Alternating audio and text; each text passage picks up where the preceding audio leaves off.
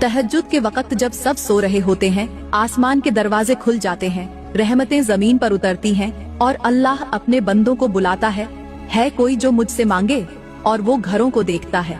अगर उस वक्त मियाँ बीवी एक बिस्तर पर मोहब्बत से लिपटे हुए हों, एक दूसरे के वजूद को सुकून दे रहे हों, तो अल्लाह फरमाता है,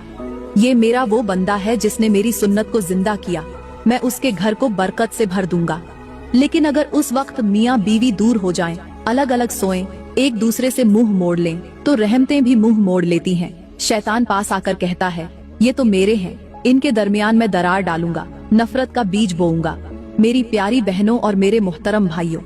क्या आपने कभी सोचा है कि रात के सन्नाटे में जब पूरी दुनिया नींद की गहराइयों में डूबी होती है, उस वक्त अगर मियाँ बीवी एक ही बिस्तर पर एक दूसरे के साथ लेटे हों, तो आसमान से कैसी कैसी रहमतें नाजिल होती हैं। कभी गौर किया है कि जब कमरे की रोशनी मध्यम होती है, हवा थम जाती है, जब सब कुछ पुरसुकून हो जाता है, तब एक साथ लेटने वाले दिल उल्फत के वो राज संभाले बैठे होते हैं जो सारी जिंदगी को बदल सकते हैं। यही वो लम्हा होता है जब रब ए कायनात दुनिया पर नुज़ुल फरमाता है और आवाज लगाता है कोई मांगने वाला, मैं अता करूं, है कोई पुकारने वाला, मैं सुन लूं, है कोई तौबा करने वाला, मैं बख्श दूं। लेकिन जरा एक लम्हे को सोचो, अगर उस वक्त बीवी किसी और कमरे में सो रही हो, या शौहर रूठकर अलग लेटा हो, या दोनों एक साथ तो हो मगर दिल अलग हो, तो क्या वो लम्हे वाकई बाबरकत बन सकते हैं? मेरे मोहतरम भाइयों,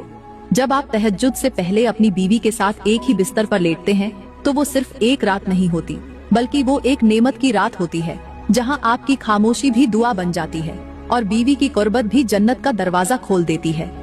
मेरी प्यारी बहनों,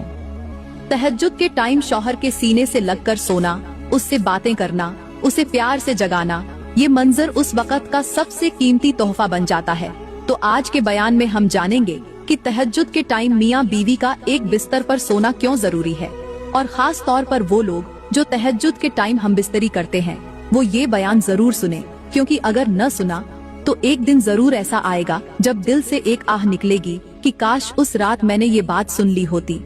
मगर तब सिर्फ पछतावा बाकी रह जाएगा। मेरी प्यारी बहनों और मेरे मोहतरम भाइयों,